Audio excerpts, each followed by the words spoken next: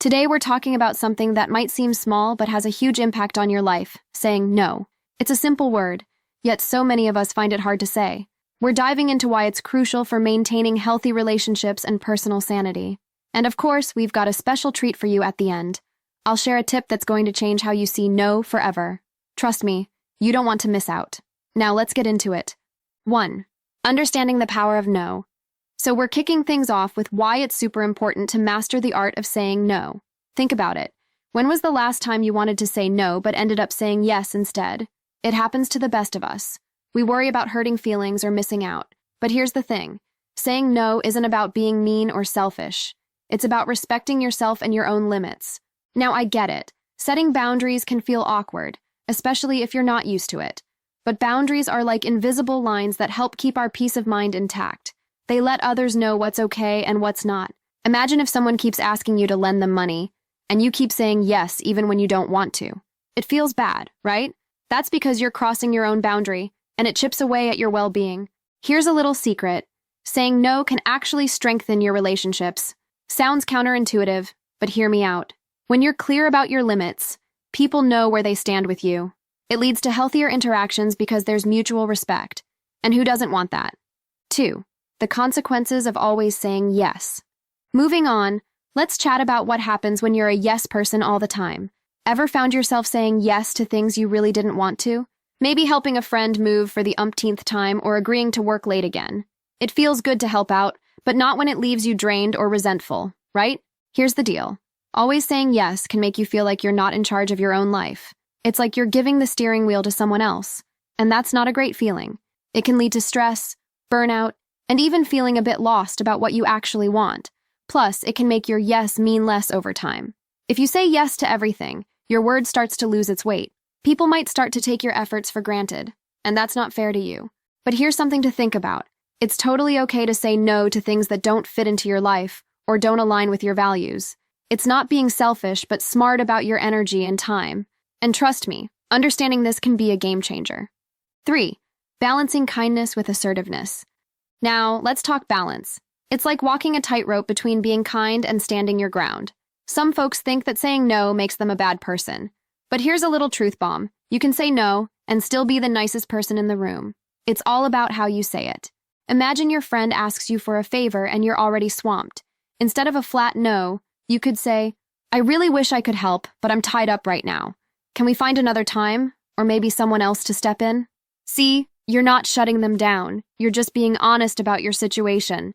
This balance is super important. It's like being a chef adding just the right amount of salt to a dish. Too much, and it's ruined. Too little, and it's bland. When you master this, people respect you more. They know that when you say yes, you mean it. And when you say no, they understand it's not out of selfishness, but necessity. So next time you're stuck in that tricky spot, remember it's not a choice between being rude or a pushover. You can keep your kindness and your backbone. Just take a deep breath, weigh your words, and remember that saying no doesn't mean you care any less. It just means you're taking care of yourself too. And that's not just good for you, it's good for your relationships as well. They get the real you, the best you, not the stretched too thin version. Are you enjoying these insights so far? If you are, why not hit that like button and drop a comment below? Your support fuels our content, and we love hearing from you. Plus, subscribing means you won't miss out on more awesome videos. Show some love and let's keep the conversation going. 4. The role of no in your personal life. All right, let's dive into how saying no plays a huge role in your personal growth and keeping your relationships healthy. It's like watering plants. You don't flood them all at once, you give them what they need to thrive, right? Similarly, by saying no, you're not being cold or distant. You're setting the right conditions for growth. When you respect your own limits, you're teaching others to respect them too. It's a two-way street. If you're constantly saying yes to everything, it's like leaving your garden gate open all the time. Sure, you might get some beautiful birds, but you're also letting in every critter that wants to take a bite. The point is, boundaries protect your personal space, your energy, and your well-being. And here's something cool. Setting boundaries and respecting your needs can actually make your relationships stronger and more genuine. Why? Because real connection is built on respect and understanding, not on one person bending over backwards all the time. When you say no, you're being honest about what you can and can't do, which builds trust. Think of it this way. Saying no is like giving your relationships a sturdy foundation. Just like a house, if you build it on soggy ground, it's going to have issues. But on solid ground, it can withstand storms and last a lifetime. So, by being clear about your boundaries, you're not pushing people away. You're actually inviting them into a more honest and sustainable relationship. It's about growing together, not growing apart. 5. Communicating boundaries effectively. Now let's dive into how you can share your boundaries without causing a storm. It's all about communication, folks. You see, it's one thing to know your limits, and another to explain them to someone else without coming off the wrong way. It's like telling someone their music is too loud without making them feel bad about their taste. First up, timing is everything. You don't want to drop your boundary bombs in the middle of a heated moment. Find a calm, quiet time to talk. It's like picking the right moment to tell your friend they've got something stuck in their teeth. Then it's about using I statements. Instead of saying, "You're always dumping your problems on me," try, "I feel overwhelmed when we talk a lot about heavy stuff." This way, you're not pointing fingers. You're just expressing how you feel. It's less about accusing and more about sharing. And remember, clarity is your best friend. Be as clear as glass about what's okay and what's not. Instead of just saying, "I need space," be specific. Maybe you need a day, a week with no calls, or you can't text after 9 p.m. The clearer you are, the easier it is for people to respect your boundaries. But here's the kicker. You've got to stick to your guns. If you bend your own rules, it's like telling someone it's okay. They might keep doing it, not because they're mean, but because they think it's all right with you. So there you have it. With a bit of calm, clarity, and consistency, you can get your points across without losing friends or sleep. It's all about making sure you're heard, respected, and still able to keep the peace. 6. The importance of self-care in setting boundaries. You might wonder what self-care has to do with setting boundaries. Well, it's actually a big deal. When you're taking good care of yourself, saying no gets a bit easier. Think about it like this. When your phone is fully charged, it works better, right? It's the same with you. Self-care is all about charging your own batteries.